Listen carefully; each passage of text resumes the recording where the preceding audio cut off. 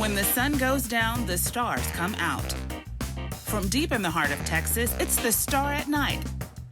Coming to you from the Cowboys facility at the Star in Frisco. With your hosts, Kelsey Charles and David Hellman.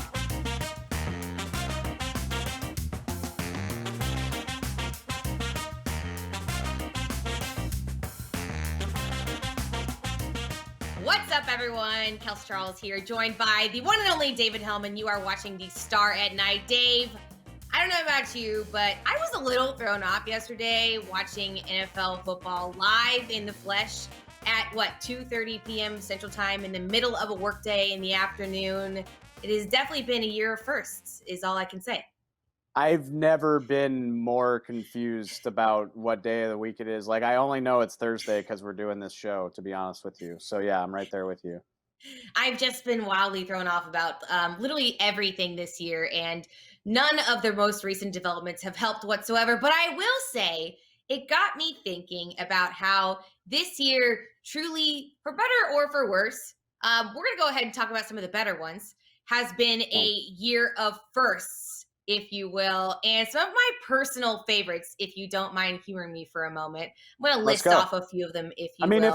If we did all the bad stuff, it would take all day. So yeah, let's just do a short segment of good stuff. We are little victories in this house, okay? So, and actually these are massive victories, and I want to make sure we acknowledge that because I think it's pretty freaking cool watching women in a nice little bit of a glass ceiling shattering moment, which is exactly what happened when the Browns this season faced the Washington football team, and they had one female coach on each of the team's respective sidelines and also a female referee in the game. That was a first ever in NFL history, in history in general. I loved that moment, but we weren't done with all of the ladies representing in the sports arena in the Power 5 conference. If you guys watched the most recent Vanderbilt game, Sarah Fuller, who actually is the keeper for Vandy's soccer team, went on and was the first ever woman to actively play in a Power 5 football game. And that was just the coolest thing.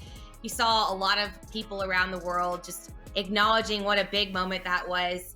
And I think for me, Dave, like the coolest thing, just being a woman that works in sports, is being able to envision someone else doing what maybe some other little girl has dreamed of. I think representation matters, and it was really, really cool to see. Representation absolutely matters, and the only thing cooler than seeing Sarah Fuller do that was seeing how pressed a bunch of dweeby dudes got about it. Like, who freaking cares if Sarah Fuller did a directional pooch kick at the start of the third quarter? Like, it was awesome. It was cool. It was well executed. Oh, by the way, she's going to kick for Vandy again this coming weekend, so it ain't a fluke. I don't understand why that bothers people so much, but hell yeah, kudos to her. Yeah, that's deflection. 100%. And you know, as long as we're talking about this, I think this is the right time of year to be talking about representation, because if you remember back to last year, the NFL's hiring practices caused up a lot of controversy. Ron Rivera was the only minority candidate hired in the hiring cycle. Eric Bieniemy passed over, the Kansas City Chiefs' vaunted offensive coordinator. I'm interested to see how that works. The reason I bring it up is I know, it's not breaking news. This happened last week, but the first all-black officiating crew handled the Tampa-Los Angeles Monday night game last week. First time that's ever happened. I actually looked this up. Only 36 out of 122 officials in the NFL are even black. So to have an all-black crew, again, representation matters. You think about how many referees used to play football. You think about how few officials, how few coaches of color are working in the NFL right now. I thought that was a gigantic deal. And I'm really curious to see, again, like how it translates. It's an unfortunate aspect of the NFL, but it's almost hiring season.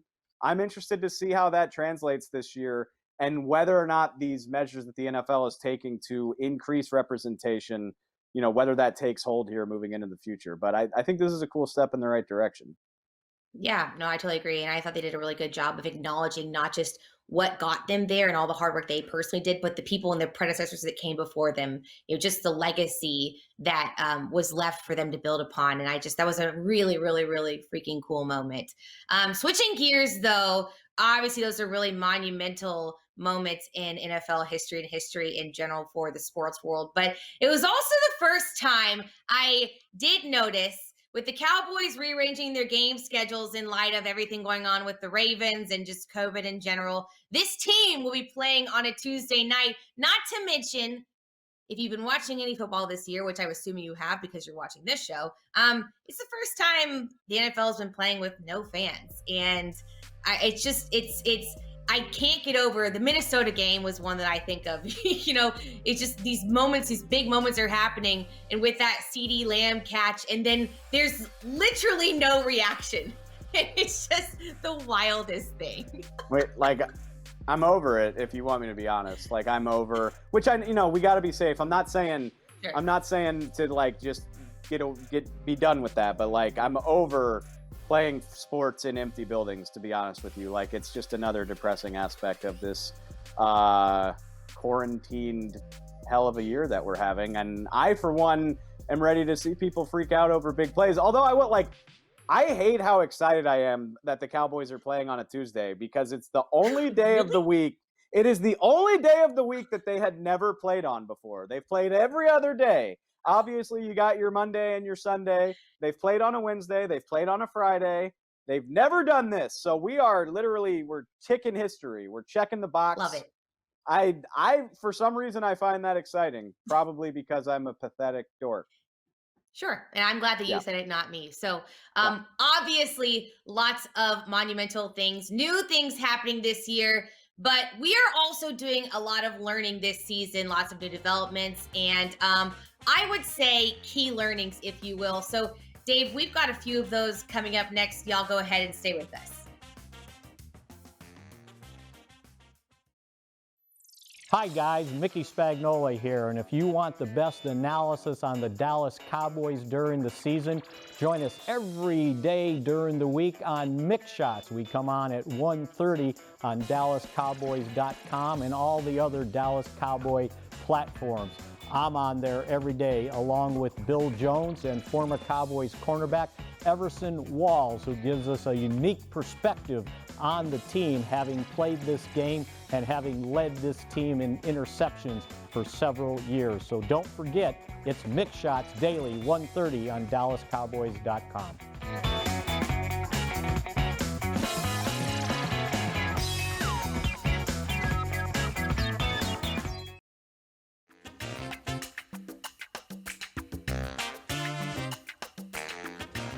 Welcome back to the show, everybody. I'm Dave. She's Kels.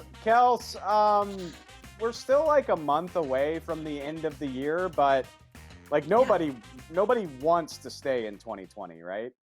No. So we're gonna use this segment to reflect on the year that's been, what we've learned. And the reason I bring this up is I woke up this morning, I saw a stat. The Miami Dolphins, they're 7-4. They're in the playoff hunt. Why are we talking about an AFC team on the Star at Night? I'll tell you. They're number two in the league.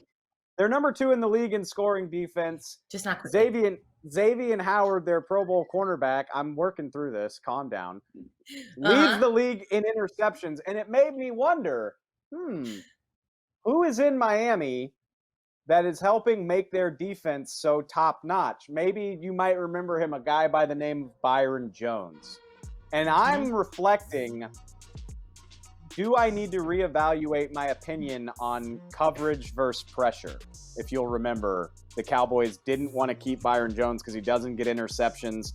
They rolled with Jalen Smith. They signed DeMarcus Lawrence. They tried to bring pass rushers onto their team. And I'm just wondering, is that the way to go? Is it too soon to say the Cowboys erred grievously and that coverage is more important? Because guess what hasn't looked good in 2020? The Cowboys secondary. And that's just where I'm sitting here as the year comes to a close. Maybe that's something I would do over again. I don't know. What have you learned in 2020, if anything? That's actually a really interesting point, and I saw you tweet that, and it made me do some reflection as well. But I don't think that I fully was subscribing to this said narrative. Maybe at one point. Actually, you know what? I'm going to go ahead and air it out because I remember when Dak's contract negotiations first began, and I made some joke about like going to my boss and asking for $40 million. And you know what?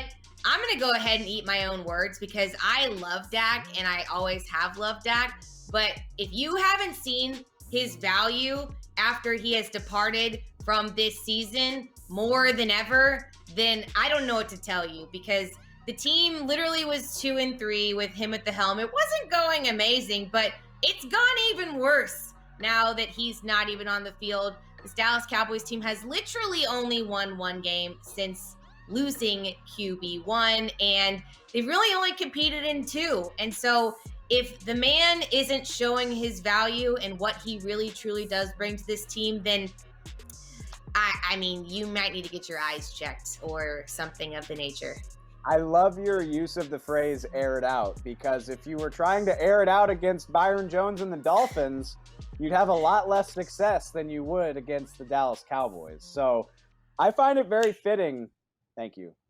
I find it very fitting that you brought up Dak Prescott in a conversation that started with Byron Jones. Like, I hope maybe the Cowboys made a mistake in March of 2020, and hopefully they don't do it again. You know what I mean? Let's hope they definitely do not do that again, because I feel like we now know the puzzle pieces that we need to have in place to maybe not have a repeat or as much of a repeat for this year. So let's go ahead and lock it up, guys, because I need him in the game and on the field. All right. Speaking of games, we're going to go ahead and play a fun one coming up here next. Dave doesn't really know what it is yet, though. So you guys can find out along with him more, and that coming up next. Stay with us. Hey there, everybody. Kyle Yeomans here with DallasCowboys.com, and I encourage all of you Cowboys fans out there to check out Talking Cowboys. The podcast is every week live on the website and on all social platforms at 9:30 every weekday morning. We've got myself alongside Isaiah Stanback, who's actually won one of those during his playing career as a former Dallas Cowboy. He won it with the Giants, but we'll forgive him for that. We've also got Heckma Harrison along with Dallas Cowboys insider Rob Phillips. It's a ton of fun every weekday morning at 9:30. Check it out on DallasCowboys.com.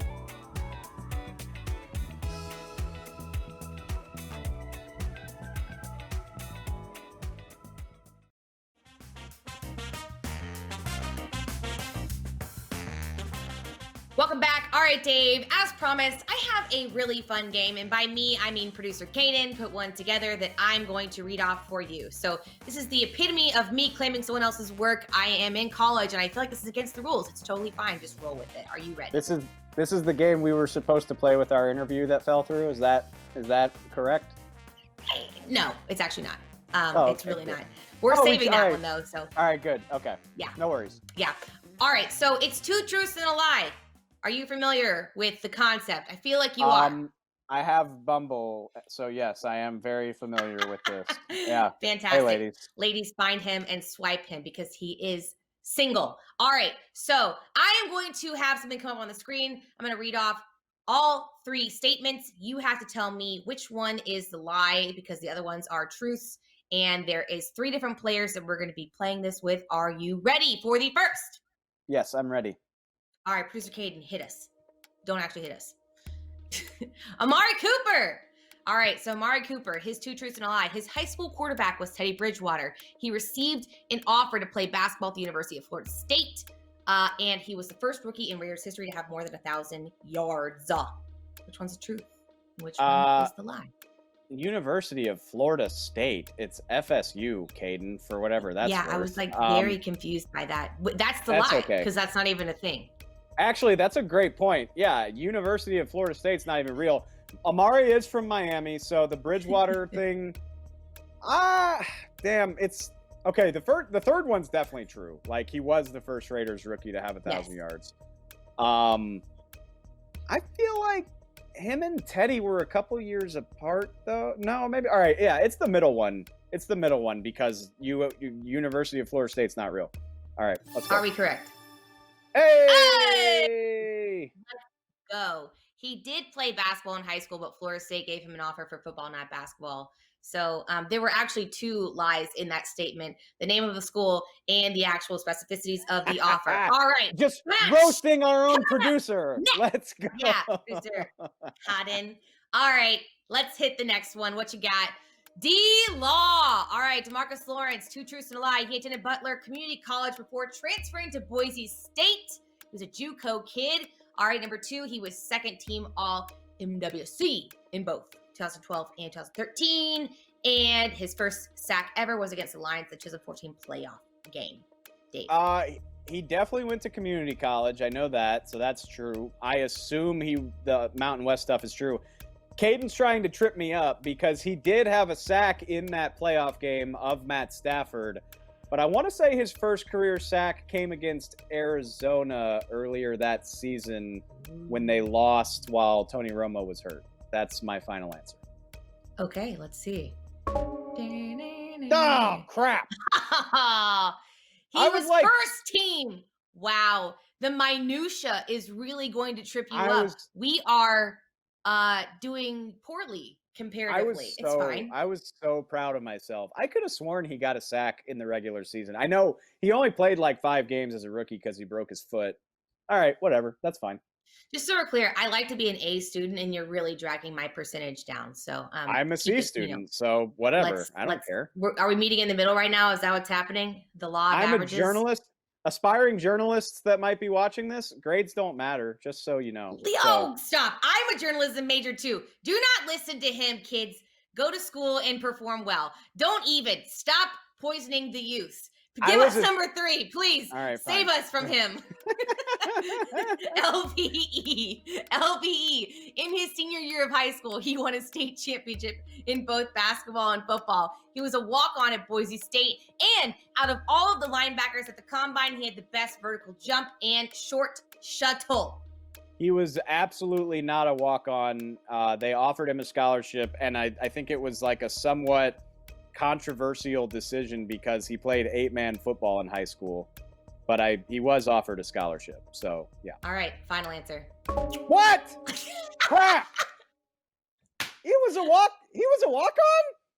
Wow. I don't believe you, Caden. I don't believe you, Caden. Things are going well. He's literally Googling as we speak. He's so distraught. I am Googling. Here's the thing. Way to go, living up to your C average name. So congratulations. Kids, how did I forget here's the thing. He was a walk-on? Don't be like Dave. Just be like me. Okay? Just, this is the lesson from today's episode. How are your studies going, Miss MBA? They're great. They are great. Thank you so much for asking. And you know what? That's not what you're telling me. I have to go ahead and get back to more of them because it's finals week. And I'm going to ace my tests and not get a C like you. So, guys, thanks so much for hanging out with us. We truly do appreciate it. I'm going to brush up on my Leighton Vander Esch history. Sorry. Okay. Yeah. Thanks for watching the show, everybody. We appreciate it. For the Star at Night, I'm Kelsey Charles. This is David Hellman. We will see you guys next time.